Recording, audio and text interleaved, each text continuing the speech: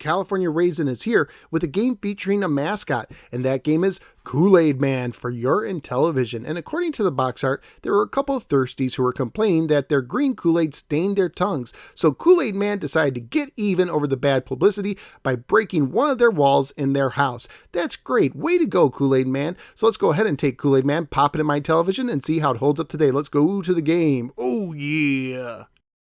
Kool-Aid Man was published by Mattel and carries a copyright year of 1983. It was programmed by Mark Kennedy, who also programmed the Intellivision port of Centipede. Originally, the game was made available as a mail-away offer, which would either cost you 125 Kool-Aid points or 30 Kool-Aid points and $10. No matter which way you pour it, since you got 1 point for each packet of Kool-Aid, that was quite a bit to guzzle down, especially considering that Sharkleberry Finn had yet to be released. While this game may have started as a promo-only mail-away item, it is possible that a small number of copies made it to store shelves. According to the manual, it's the next best thing to 2 games in 1, except that you must play your way up through the first part before starting the second. There are 13 skill levels, including a super easy level for the very young. In part 1, 2 children are trapped in a haunted house. A pair of insatiable thirsties keep trying to catch them. You must help the children collect the makings for a batch of Kool-Aid, sugar, pitcher, plus a packet of Kool-Aid soft drink mix. When the children bring the makings to the kitchen sink, Kool-Aid Man comes to the rescue. Part 2 begins when Kool-Aid Man breaks through a wall of the house. Now you control Kool-Aid Man. Points are won for making Kool-Aid Man catch phantom flavors and to 2 thirsties. Kool-Aid Man is an action game for 1 player only. The overlay tells you to use the disc to move and the side buttons to pick up and put down objects.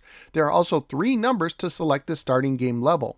The game has 13 levels that get faster as you progress. Selecting 3 on the overlay actually gives you the slowest game speed and is a kid version of the game that never increases in difficulty.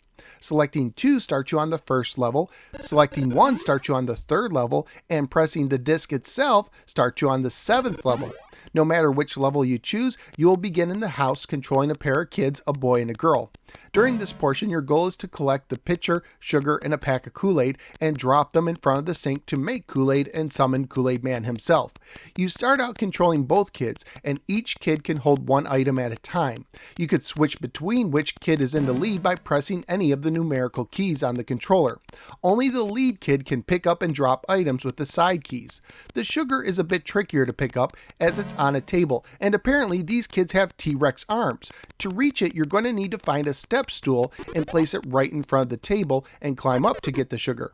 The house has 3 floors. On each floor, some walls have open doorways that can be walked through, but there are dead ends as well. There are also stairs you can climb up and down by pressing up or down on the disc. There are also what appears to be open stairwells located in the middle of some walls, but you cannot use them. During this phase, 2 thirsties will bounce around. If you get close to one, they will home in on you. If they touch a kid, the kids will be separated for the rest of the level, although you can still switch between them, but unattended kids can still be attacked, with a version of a scream sound effect letting you know that a thirsty got a kid off the screen. If a kid is touched twice during the same level, they can no longer be used during that phase. If both kids get touched twice during the same phase, your game ends. Your game also ends if you run out of time. If you are able to drop all 3 ingredients in front of the sink, Kool-Aid Man will appear and you will take control of him for the next phase. Here you merely use the disc to move Kool-Aid Man and he can float through the floors and walls. Wait, what? So he's a ghost too? Really? So does that make the Kool-Aid in his pitcher like the ectoplasm or something? Like we're drinking a slime? Anyway, during this level, you need to catch the 2 thirsties to complete the level before time runs up, or you lose the game. You can also catch phantom flavors for bonus points, but as soon as you catch the second thirsty, the level ends. So it's recommended that you avoid catching the second thirsty until closer to the end of the time limit in order to rack up more points.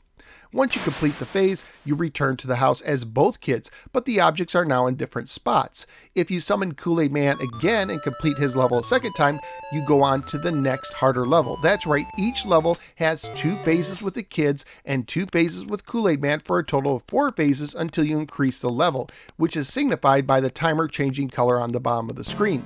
And no matter what level you're on, the objects will be in the same spots for the first phase with the kids and switch to the same different spots for the second phase with the kids. Scoring wise, you only score points in the Kool-Aid Man phase. The Thirsties are worth the value on the clock multiplied by the level you are on. The Phantom Flavors are worth 10 times the clock value multiplied by the level you're on.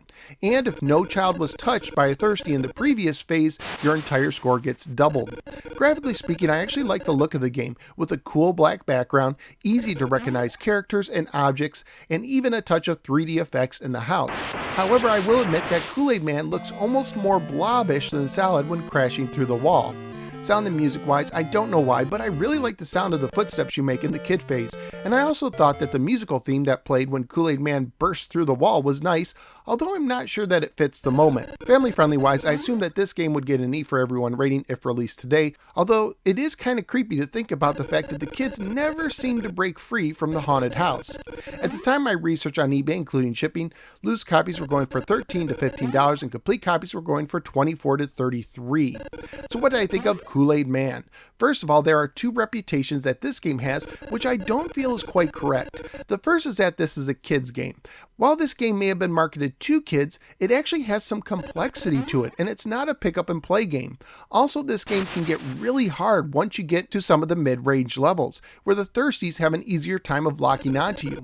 As a matter of fact, I was asking around and I couldn't find anyone who ever made it to the 13th level, so I have no idea if the game has an ending, or if it just ends after the 13th level, or if it loops. The second misconception that I don't believe to be true is that this game is pure trash and is one of the worst games on the system.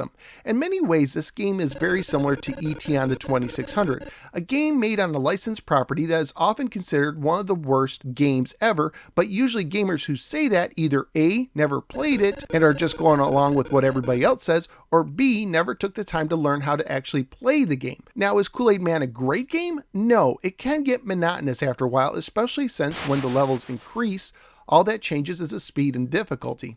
It would have helped if the objects were truly randomized each time. I also wish I had more options on which level to start on, as level 7 can be pretty hard and 3 is too easy.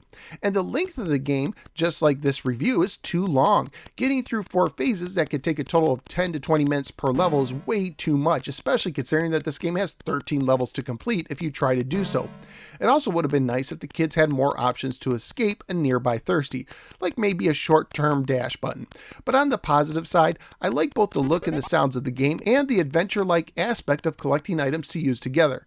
And it is nice that the game does have 2 game phases to play instead of just 1. So overall, I actually had some fun with the game. It's not the greatest and it does get monotonous after a while, but I did enjoy it a bit and could play it again. So where am I going to rank Kool-Aid Man? Somewhere in the middle, the lower half.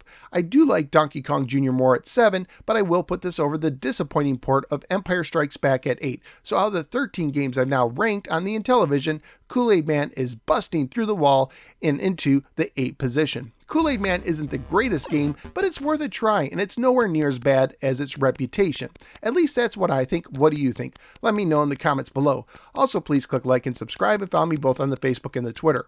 I'm also a member of the Retro Junkies Network. At this time, I'd like to thank all of my extraordinary Patreon supporters, including Matthew. Thank you, Matthew. If you appreciate the work I do and enjoy my videos, please consider becoming a Patreon supporter by signing up at patreon.com/NoSwearGamer, starting at $1 a month. Not only will you help make videos like this possible, but you will also gain access to some exclusive content. Thank you for giving me a little part of your day, and I look forward to seeing you next time on the next episode of the No Swear Gamer. Take care and don't drink Kool-Aid near walls.